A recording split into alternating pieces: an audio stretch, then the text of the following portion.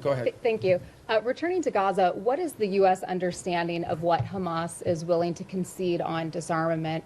Reports suggest that Hamas might hand over its heavy weapons, but retain its smaller arms. Is the U.S. prepared to accept partial disarmament as sufficient? Yeah, I'm not going to get into the details of those types of negotiations. Let me just couch it to you this way.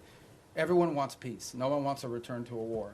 If Hamas is ever in a position in the future that they can threaten or attack Israel, you're not going to have peace. Okay? You're not going to convince anyone to invest money in Gaza if they believe another war is going to happen in 2 to 3 years. So I would just ask everyone to focus on what are the kind of weaponries and capabilities that Hamas would need in order to threaten or attack Israel as a baseline for what disarmament needs to look like. Because you're not going to have peace.